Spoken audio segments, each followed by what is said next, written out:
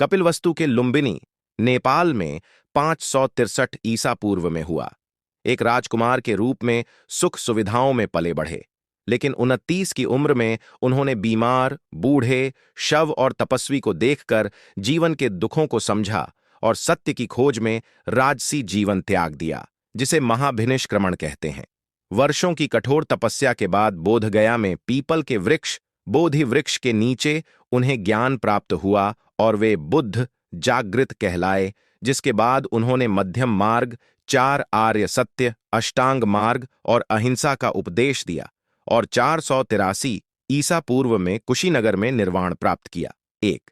बचपन और राजसी जीवन। जन्म 563 ईसा पूर्व, लुम्बिनी, नेपाल में राजा शुद्धोधन और रानी महामाया के पुत्र सिद्धार्थ के रूप में। पालन पोषण। माता के निधन के बाद मौसी महाप्रजापति गौतमी ने किया। राजा ने उन्हें दुख से बचाने के लिए महल में ही रखा। विवाह। राजकुमारी यशोधरा से विवाह हुआ और राहुल नामक पुत्र हुआ। 2. सत्य की खोज, महाभिनिष्क्रमण। 4 दृश्य।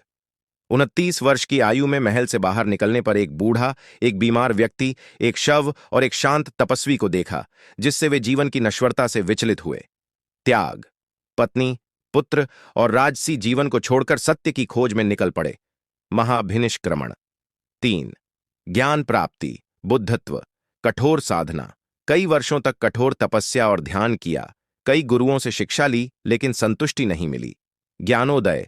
बोधगया में बोधि वृक्ष के नीचे ध्यान करते हुए वैशाख पूर्णिमा के दिन उन्हें ज्ञान संबोधि प्राप्त हुआ और वे गौतम बुद्ध कहलाए। 4. शिक्षा और धर्म प्रचार। मध्यम मार्ग। अत्यधिक भोग और अत्यधिक तपस्या के बीच का रास्ता बताया। 4. आर्य सत्य। दुहक, दुहक का कारण, तृष्णा, दुहक का अंत और दुहक के अंत का मार्ग, अष्टांग मार्ग सिखाया। अष्टांग मार्ग। सम्यक दृष्टि, सम्यक संकल्प, सम्यक वाणी, सम्यक कर्म, सम्यक आजीविका, सम्यक व्यायाम, सम्यक स्मृति, सम्यक समाधि। पहला उपदेश सारनाथ के मृगवन में अपने 5 शिष्यों को दिया। धर्म चक्र प्रवर्तन। संघ की स्थापना। भिक्षुओं और भिक्षुणियों का संघ बनाया। 5. महापरिनिर्वाण, अंतिम समय। 80 वर्ष की आयु में कुशीनगर, कुशीनारा में। अंतिम उपदेश सभी सांसारिक वस्तुएं नश्वर हैं, अपनी मुक्ति के लिए सावधानी से प्रयास करो। निर्वाण भौतिक शरीर का त्याग किया, जिसे महापरिनिर्वाण कहते हैं।